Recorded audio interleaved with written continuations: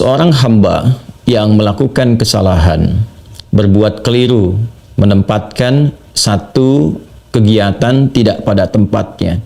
Allah larang dia kerjakan, Allah perintahkan, dia malah tinggalkan, gitu kan? Yang seharusnya setiap perintah dikerjakan, salat diperintahkan, dikerjakan. Kan, berdusta itu dilarang, harusnya ditinggalkan. Nah, ini tertukar. Bertukarnya tempat dengan mengerjakan sesuatu bukan pada tempatnya, itu perilakunya disebut zulmun. Pelakunya disebut dengan zalim. Perilakunya disebut dengan zulmun, pelakunya disebut dengan zalim, menempatkan sesuatu bukan pada tempatnya. Nah, perilaku zalim ini punya banyak tingkatan. Ya, tingkat tertingginya nanti seperti syirik, ya kan? Itu tingkat tertinggi dari perbuatan zalim. Ya, sehingga Luqman alaihissalam ya pernah menasihati kepada anaknya, ya bunayya la tusyrik billah inna syirka la zulmun azim. Ya, Quran surah ke-31 di ayat ke-13. Contoh lagi misalnya ada orang yang bukan sekedar tidak sholat, tapi bahkan melarang orang atau menghambat orang untuk ke masjid, untuk sholat, untuk berzikir dan sebagainya. Itu termasuk juga perbuatan zalim yang tinggi. Itu ada di Al-Baqarah ayat 114. Wa man azlamu mimman mana'a masajidallahi ay yudhkara fiha ismuhu wa sa'a fi kharabiha. Nah, perbuatan-perbuatan ini lantas kemudian disadari keliru. Ada hidayah, petunjuk Allah berikan, kemudian dijemput. Dari jemputan itu dia bertaubat. Nah, taubat itu adalah nilai kasih yang Allah sampaikan dengan sifat rahmannya di dunia, ya kan? Dan rahimnya kepada orang-orang yang mau kembali untuk memperbaiki hamba itu sehingga berjalan pada kemuliaan, yang dengan itu semua bisa berpotensi mendapatkan ridha Allah Subhanahu wa taala.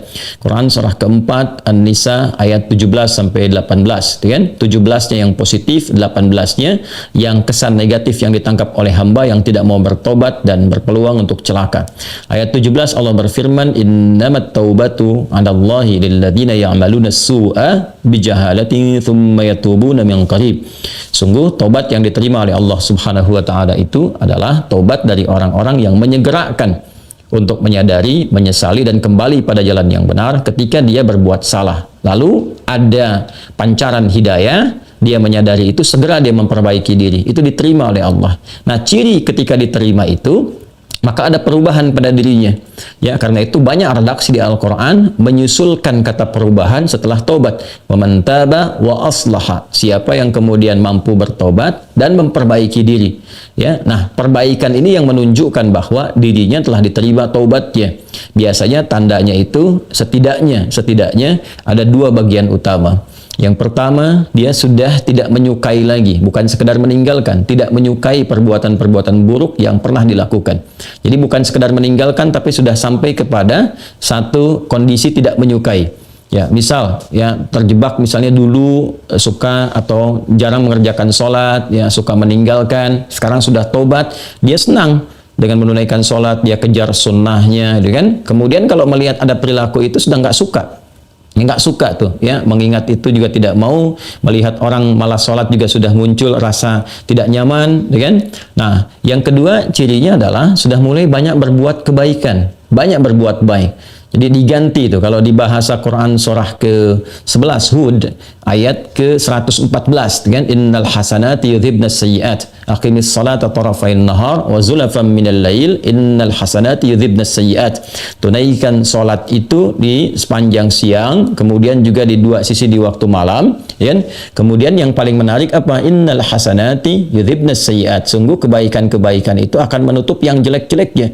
Jadi kalau kan dengan salat itu menggugurkan dosa-dosa kecil secara otomatis, ya. Jadi kata Nabi sallallahu alaihi wasallam menyampaikan kafaratun lima bainahunna, kan, as-salawatu ila salawat, salat satu ke salat yang lainnya, al-jumu'atu ila al-jumu'ah, Jumat ke Jumat, wa Ramadan ila Ramadan, kafaratun lima bainahunna, salat satu ke salat yang lainnya, Jumat satu ke Jumat yang lainnya, Ramadan ke Ramadan. Jika kita mengerjakannya, ikut Jumatan, ikut Ramadan, ya kan? Nah, kemudian juga sholat kita tunaikan, itu otomatis menggugurkan dosa-dosa kecil yang terjadi di antaranya. Dosa-dosa besarnya dengan taubat. Nah, berhasilnya taubat atau gugurnya dosa kecil dan besar tadi ketika muncul hasanat, kata Al-Quran. Kebaikan-kebaikan mulai muncul, yang jeleknya mulai tenggelam, mulai hilang. Ini tanda Allah mengampuni dosanya. Nah, ketika dosa itu diampuni, selesai semua. Ya, tuntas. Yang itu gugur yang jelek-jeleknya, yang semuanya hilang dengan rahmat Allah Subhanahu wa taala. Nah, gugurnya ini kalau sudah selesai, sudah ya nggak terbawa-bawa lagi. Mau ke usia 40 tahun, 50 tahun, 60 tahun, sudah tidak ada yang dibawa dari dosa itu, digugurkan. Nah, cuma mungkin yang dimaksudkan itu di kitabnya. Di kitab itu kan ada yang dituliskan tuh, setiap kegiatan kita, ya kan? Aktivitas kita itu kan tercatat, ada malaikat yang Allah tugaskan untuk mencatat. Kita di simpul kedua di bab akidah itu belajar tentang malaikat. Ya, ada malaikat raqib dan atid, hafidhin, katibin. Semua aktivitas kegiatan kita itu tertuliskan di kitab. Yang baik dituliskan, yang jelek pun dituliskan. Jadi ketika berbuat dosa itu ditulis, karena malaikat kan nggak boleh bermaksiat, semua dikerjakan. Ya, malaikat nggak punya tip X, dia kan nggak bisa menghapus itu malaikat, tulis saja dituliskan. Ya, tulisan ini sebagai dokumentasi kegiatan malaikat yang dipertanggungjawabkan di hadapan Allah bahwa mereka tidak menyimpang, semua dituliskan baik dan buruk. Ya, itu yang menjadikan mereka itu sempurna dalam tugas. Itu di Quran surah ke-66 ayat yang ke-6. La ya'sunallaha ma amarahum wa yaf'aluna ma yu'marun. Malaikat itu tidak bermaksiat kepada Allah, mengerjakan tugas sesuai tupoksinya. Jadi yang baik ditulis baik, yang jelek ditulis jelek, dan dituliskan pula kalau sudah bertobat ditulis ini bertobat. Nah, ini mungkin yang dimaksudkan ya, yang menyampaikan tadi atau dari kalangan ustadz dan yang lainnya itu terbawa. Yang terbawa itu bukan suasana dosanya. Dosanya sudah gugur dengan izin Allah ketika bertobat dengan tanda-tanda tadi. Kalau dia benar tobatnya, tobat nasuha. Nasuha itu dari kata nasihah, yang melapangkan hati. Jadi setelah tobat hatinya lapang, kemudian berubah menjadi lebih baik, diterima. Yang itu gugur. Cuman tulisan itu masih ada sebagai bukti pertanggungjawaban malaikat. Nanti saat hisab, nah ini kehendak Allah ya untuk menutup itu semua. Jadi nggak ada hisab lagi untuk itu. Satar ditutup tuh, mastora ya ditutup. Jadi yang ditampakkan yang baiknya saja karena sudah ketutup sama taubat, itu nggak diungkap lagi. Ada lagi kondisi yang dibuka tapi nggak ditampakkan di khalayak.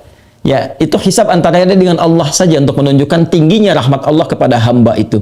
Ya, jadi ketika orang ini berbuat salah, dosa dan sebagainya, ya taubat, kemudian selesai itu semua digugurkan dosanya, tapi catatan masih ada. Ketika kembali kepada Allah di akhirat kelak, di hisabnya dia berhadapan dengan Allah ditutup di hijab yang lainnya. Sehingga nggak terdengar, nggak tampak, nggak kelihatan. Ya, karena standar awal itu semua dibuka. Wa may ya'mal mithqala dzarratin khairan yarah wa may ya'mal mithqala dzarratin syarran yarah. Yang baik ditampakkan, yang buruk ditampakkan. Nah, nampak itu kelihatan oleh semua. Semua makhluk melihat. Rupanya si fulan begini, ada kebaikan yang selalu disembunyikan. Di akhirat diviralkan. Kalau sekarang kelihatan cuma 1-2 orang, atau ada bahkan yang tidak bisa mengakses. Sekarang musim digital, hampir semua bisa melihat, tapi ada orang-orang tertentu yang tidak memanfaatkan dunia digital ini, nggak tahu. Tapi di akhirat semua makhluk melihat, mengetahui kalau baik, oh ternyata si fulan itu hatinya bersih, baik, ya kelihatannya seperti orang biasa, tapi dia bersedekah sembunyi-sembunyi dan sebagainya. Sisi lain, ada orang yang kelihatannya baik ya, nampaknya bagus, tapi ternyata dia punya perilaku buruk dan sebagainya. Itu may ya'mal mithqala dzarratin syarran yarah itu. Nah, ada hamba-hamba yang dilindungi oleh Allah. Ya, ditutup saat hisab. Jadi antara dia dengan Allah saja. Nah, ditunjukkan oleh Allah. Nah, kamu ini berbuat begini, begini, begini dulu nih. Itu kan? Nah, dengan rahmatku itu sudah diampuni, sudah selesai, sudah ditutup semuanya. Jadi yang diungkap cuma yang baiknya saja. Nah, inilah diantara syafaat yang langsung Allah berikan kepada hamba itu, ya menutup semua kisah-kisah buruknya dan menunjukkan rahmat Allah untuk mengampuninya. Sehingga terasa kita secara personal. Ya, logika atau satu gambarannya kurang lebih seperti ini. Laisa kamitslihi syai'. Ya, kalau kita ingin mengambil analoginya, ada misalnya di perusahaan ya 100 orang karyawannya, pimpinan melihat di CCTV ada 1 orang keliru. Ya, mengambil yang bukan hak ya misalnya kan. Nah, dibiarkan dulu tuh. Lalu besoknya ternyata dia mengembalikan lagi karena ada kebutuhan tertentu, kan? Misal kelihatan lalu dipanggil. Tidak disebarkan, diinfokan, diumumkan di karyawan lainnya. Hanya secara personal disampaikan. Kamu ini berbuat seperti ini. Tapi saya tahu nih, ya kamu tutupin lagi begini, dibalikin lagi besoknya. Yang ditanya kenapa begini-begini. Ya sudah, perbaiki kinerjamu ya. Sekarang kamu jangan berbuat begitu lagi. Kemudian dikembalikan ke tempat lagi dia bekerja. Menyatu lagi dengan yang lainnya. Bukankah itu lebih indah? Dan setelah itu kita merasakan respect pada pimpinan kita kan? Karena menutup kesalahan, menutup begini. Hanya antara personal saja. Nah, betapa indahnya ketika kesalahan yang diperbuat oleh hamba saat di dunia itu, dia bertobat, digugurkan oleh Allah. Tandanya menjadi baik. Tapi tulisannya ada, malaikat menyetorkan kan? Menyampaikan. Dan ditutup oleh Allah Subhanahu wa Ta'ala. Semua yang jelek-jelek tadi sudah antara dia dengan Allah, diberikan rahmat Allah, yang terbuka hanya yang baik yang saja disebar. Yang salahnya sudah ditutup, diampuni, selesai. Dan dia menerima kitab di tangan kanannya, biyamini, ya, dan bahagia kembali kepada keluarganya orang-orang beriman, di kalangan orang beriman, dan mendapatkan rahmat Allah Subhanahu wa Ta'ala. Mungkin husnudzan saya itu yang dimaksudkan, hanya cara mengungkapkannya mungkin belum sempurna, sehingga seakan-akan kesan yang dibangun setelah taubat pun masih dosa juga terbawa, ya, sehingga ada kesan loh, terus taubat saya diterima apa enggak, apa faedahnya taubat, ya. Nah, jadi yang dimaksudkan seperti tadi, taubat itu sangat bermanfaat. Ketika taubat, dosa digugurkan, semua selesai. Hanya dokumentasi, tulisan-tulisan, catatan-catatan, ya, amal kita yang dicatat malaikat itu yang tetap terbawa. Nanti hikmah Allah menjadikan bahkan hisab bagi dia dipermudah, sudah langsung aja ke surga. Ada yang demikian, gitu kan? Ada yang kemudian dibuka keseluruhannya, ya, baik dengan buruknya bagi yang tidak benar taubatnya, ya, ada yang ternyata taubatnya manipulatif juga atau naik turun dan sebagainya, tetap dibuka. Ada yang taubat yang benar, sudah Allah nggak akan buka lagi, ya, lalu dihisab dia secara pribadi, kemudian ditampakkan nih catatan malaikat begini, cuman karena kamu pernah taubat ini sudah nggak berlaku, ya, dari sejak kamu taubat ini sudah hilang semuanya, ya, lalu rahmat Allah diberikan dan dia mendapatkan kemuliaan. Itu yang dimaksudkan.